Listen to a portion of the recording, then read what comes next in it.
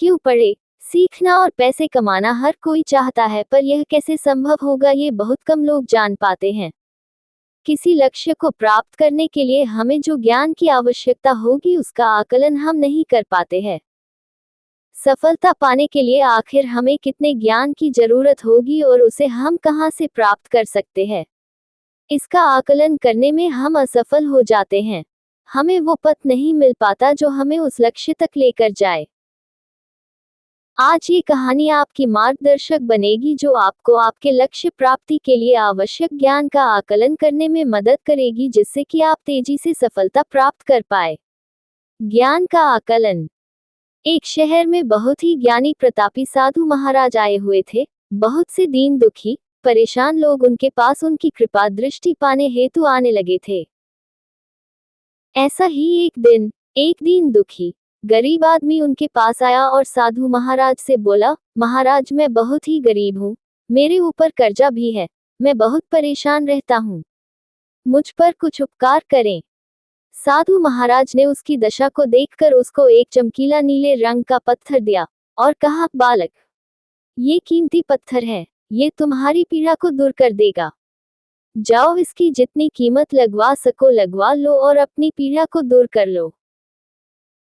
वो आदमी वहां से खुशी खुशी चला गया और उसे बेचने के इरादे से अपने एक जान पहचान वाले फल विक्रेता के पास गया और उसे उस पत्थर को दिखाकर उसकी कीमत जाननी चाहिए।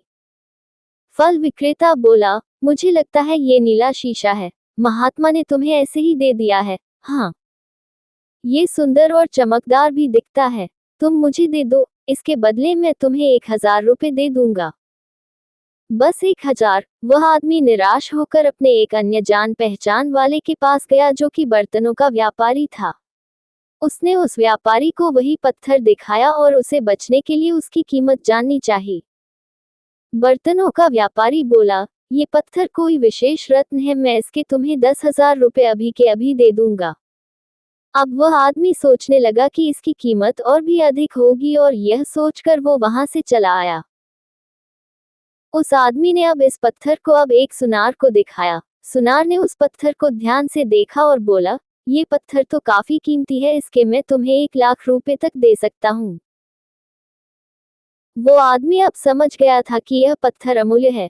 उसने सोचा कि क्यों न मैं इसे हीरे के व्यापारी को दिखाऊं। ये सोचकर वो शहर के सबसे बड़े हीरे के व्यापारी के पास गया और उसे वही पत्थर दिखाया। उस हीरे के व्यापारी ने जब वो पत्थर देखा तो देखता रह गया। चौंकने वाले भाव उसके चेहरे पर स्पष्ट नजर आ रहे थे। उसने उस पत्थर को अपने माथे से लगाया और पूछा, तुम ये कहाँ से लाए हो? ये तो अमूल्य है, यदि मैं अपनी पूरी संपत्ति भी बेच दूं तो भी इसकी कीमत नहीं चुका सकता। अब वह व्यक्ति सच में उस पत्थर की कीमत को जान गया। कहानी की सीख। जैसे उस हीरे की कीमत का सही आकलन एक हीरे का व्यापारी ही कर पाया, ठीक उसी तरह आपका लक्ष्य भी एक अनमोल रत्न है और उसकी कीमत यानी उसको प्राप्त करने का ज्ञान आपको उस रत्न का व्यापारी ही बता पाएगा।